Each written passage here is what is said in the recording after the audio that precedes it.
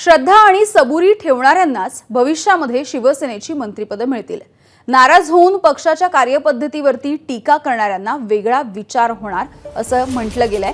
पक्षावरती नाराजी व्यक्त करणाऱ्यांवरती शिंदेंनी आता तीव्र नाराजी व्यक्त केली आहे। काम करणाऱ्यांचाच सन्मान ठेवला जाईल आणि योग्य वेळेला न्याय मिळेल। केसरकर यांच्या संयमी भूमिकेचं शिंदेंनी कौतुक केलंय, तर नाराज आमदारांची समजूत काढण्याचे प्रयत्न शिवसेना करणार आहे। अक्षय भाटकर आमचे प्रतिनिधी आपल्याला याविषयीचे अपडेट्स देतील। अक्षय, ज्यावेळेला काल मंत्रिमंडळाचा शपथविधी पार पडला त्यानंतर आपण बघतोय की अनेक चेहरे आपल्याला पडलेले दिसले, नाराज झालेले दिसले।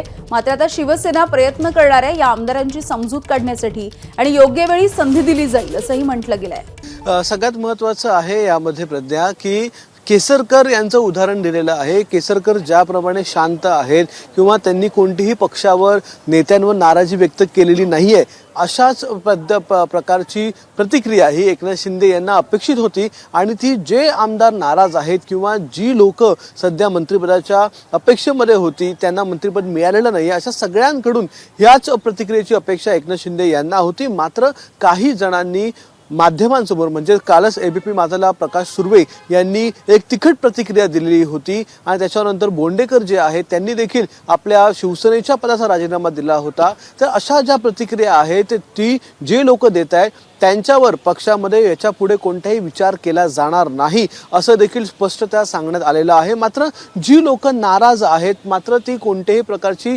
प्रतिक्रिया देत नाहीत, माध्यमांसमोर आपली नाराजी व्यक्त होत नाहीयेत, त्याचबरोबर कुठेही सोशल मीडियावर आपली नाराजी व्यक्त करत नाहीत, अशा लोकांचा विचार केला जाईल, त्यांची नाराजी नक्की दूर केली जाईल। कारण की अडीच वर्षांचा फॉर्म्युला हा ॲक्सेप्ट करण्यात आलेला आहे आणि कालच रात्री सगळ्या नवीन मंत्र्यांकडून 2.5 वर्षाच्या या फॉर्म्युल्याचं प्रतिज्ञापत्र देखील लिहून घेण्यात आलेलं आहे, त्यांच्या सह्या घेण्यात आलेल्या आहेत। त्यामुळे प्रत्येकाची नाराजी दूर होणार, प्रत्येकाला मंत्रिपद मिळणार, ज्यांना ज्यांना आश्वासन आहे त्या प्रत्येकाला समाविष्ट करून घेतलं जाणार, एकतर मंत्रिपद किंवा महामंडळ। पण जर कोणीही जाऊन उघडपणे नाराजी व्यक्त केली तर त्याचा भविष्यात देखील विचार केला जाणार नाही असं स्पष्ट मत हे एकनाथ शिंदे यांनी माध्यमांशी व्यक्त केलेलं आहे। सूत्रांनी ही माहिती दिलेली आहे आपल्याला आणि अतिशय कडक भूमिका पुन्हा एकदा एकनाथ शिंदे यांनी घेतली। ज्या प्रकारे मंत्रिमंडळातले मंत्री निवडताना त्यांनी भूमिका घेतली, 3 दिग्गज आणि मोठ्या नेत्यांना त्यांनी बाजूला केलं आणि जे नवीन चेहरे आहेत त्यांना संधी दिली, त्याचप्रमाणे आता पुढच्या 2.5 वर्षांसाठी देखील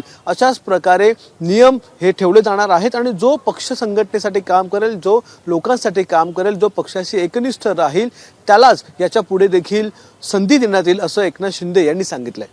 अगदी धन्यवाद अक्षय या माहितीसाठी। एबीपी माझा, उघडा डोळे बघा नीट।